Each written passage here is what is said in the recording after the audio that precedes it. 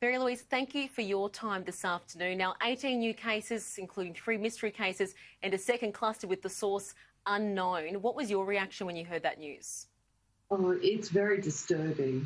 18 is a very high number. I know that some of them are within families, but they're very widely distributed across Sydney, outside the Northern Beach area, which is greatly disturbing because it means a lot of hard work for the contact tracers and potentially more cases. And I know our Premier is telling us to brace for the occasional more case, and that is true. But we've now got New Year's Eve happening, and then, of course, the cricket.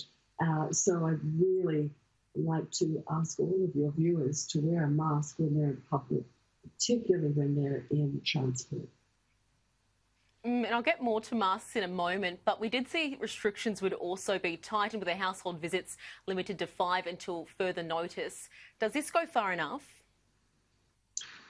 At the moment, we're really on a knife edge. I mean, 18 is a big uptick. We have 150 over 14 days. That's an average of 11 cases, and the last of each day. And the last time we were at this level, it took us over 100. I think it was about 100 days to get back to zero. So it is a long time. Each time you go up a few cases, it takes about a week to go down. So you go up much faster in cases than you actually come down. And to get to a really safe place, we need to have at least 14 days of zero. When it's a big number, like the number we've got at the moment, 150, you really need 28 days in total for you to be able to say you're back to where we were before we had this leaking from travellers or the quarantine hotel. To then run, the cricket and New Year's Eve happily without worrying about spikes in cases.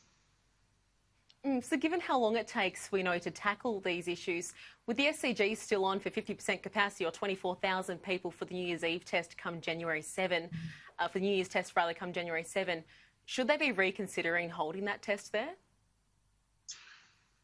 Outbreak managers would say yes, they should reconsider or put it into another city where the numbers are zero. The reason being that you've got to get there, and Sydneysiders like public transport. The mask wearing must be made mandatory in public transport at the moment.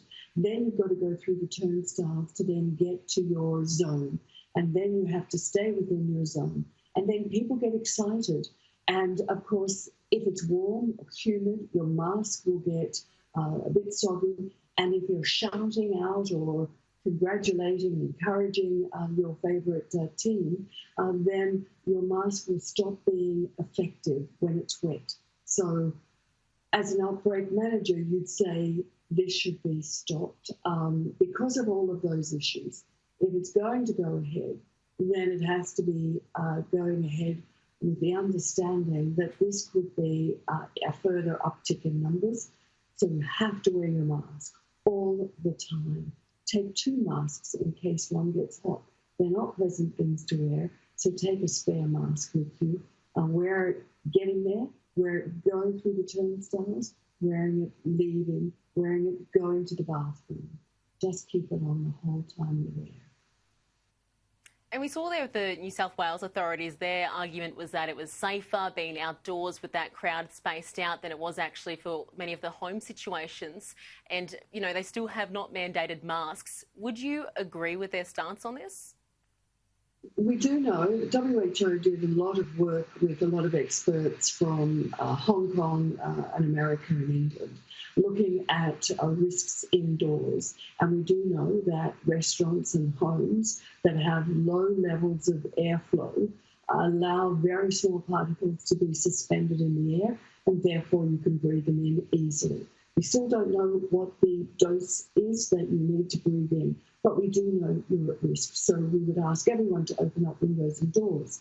So sitting outside, yes, they're correct, you're at lower risk. But your transportation is at very low airflow change in buses and trams and trains and Ubers and taxis. So you wear your mask in those bathrooms, no airflow, wear your mask. Lining up to get your drinks undercover, wear a mask because there will be no airflow. So yes, they're correct. You're at less risk when you are outside, but you have to get there. And that's the only reason that outbreak managers would be anxious about the fact that you have to get there and get home again. That's all we have time for today. Thank you very much for your insights as always, Mary-Louise McLaws, epidemiologist at the University of New South Wales.